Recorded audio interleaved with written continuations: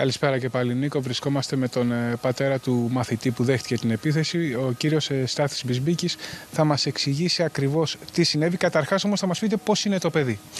Καλησπέρα σας και από μένα. Καλησπέρα. Το παιδί είναι μια χαρά, είναι χέρι άκρας υγείας, δεν έχει κανένα απολύτως πρόβλημα. Ακολουθήθηκε το πρωτόκολλο όπως έπρεπε να ακολουθηθεί.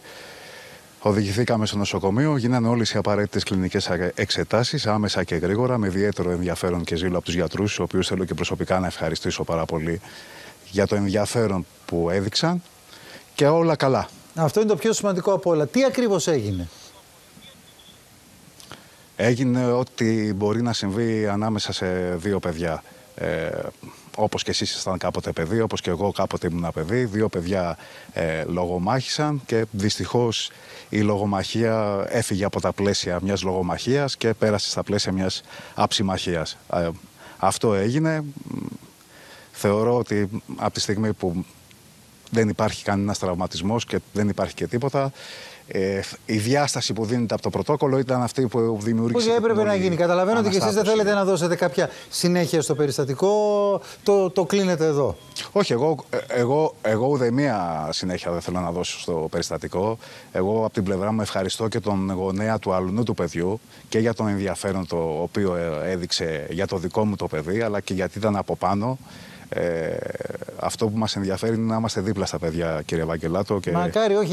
Πρώτα απ' όλα έχει σημασία που το παιδί είναι καλά, γιατί δημιουργήθηκε μεγάλη αναστάτωση. Γιατί το παιδί έπεσε κάτω, χτύπησε και με την πλάτη και έμεινε, λέγανε κάποια παιδιά, σαν ανέστητο. Δημιουργήθηκε ένα μεγάλο θέμα. Το παιδί είναι καλά.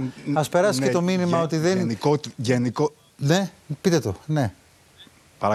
Γενικότερα σήμερα ήταν μια ημέρα γενικότερης αναστάτωσης στο σχολείο. Ναι, γιατί και μια εκπαιδευτικός με σημαντική θέση. Ναι, οι ενήλικοι πρέπει να είμαστε λιγάκι πιο προσεκτικοί στις τοποθετήσεις μας και ορισμένα μηνύματα δεν θα πρέπει να τα περνάμε στα παιδιά.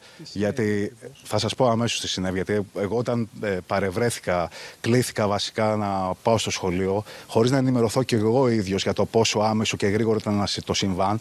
Απλά μου είπαν ότι υπήρχε τραυματισμός στο κεφάλι και στην πλάτη και πρέπει να κληθεί ασθενοφόρο και αναγκάστηκα να πάω τάχιστα. Αυτό το οποίο συνέβη, δημιουργήθηκε δηλαδή και αναστάτωση. Οι ίδιοι οι καθηγητές βγήκαν και ενημερώσανε τα παιδιά στον προαύλιο χώρο, ενώ υπήρχε ήδη μια αναστάτωση με τον συμμαθητή τους, με τους δύο συμμαθητές τους. Γιατί καλός ή κακός, τα παιδιά και για τα δύο παιδιά ενδιαφέρονται, έτσι. Και για το ένα παιδί και για το άλλο παιδί. Θα μπορούσε ο καθένα να είναι. Εσείς το θεωρείτε λήξαν, το παιδί είναι καλά, άρα τα παραπάνω θα τα βρείτε εσείς και η εκπαιδευτική του σχολείου. Εμείς θα σας ευχαριστήσουμε πολύ, κύριε Μπισμπίκη. Έχει σημασία, το ξαναλέω, κάθε φορά να περνάει στα παιδιά το μήνυμα ότι αυτός ο καυγάς δεν πρέπει να γίνεται. Ναι, τα παιδιά θα μαλώσουν, θα φωνάξουν, χέρι δεν σηκώνεται. Γιατί ποτέ δεν ξέρεις πώς καταλήγουν τα πράγματα.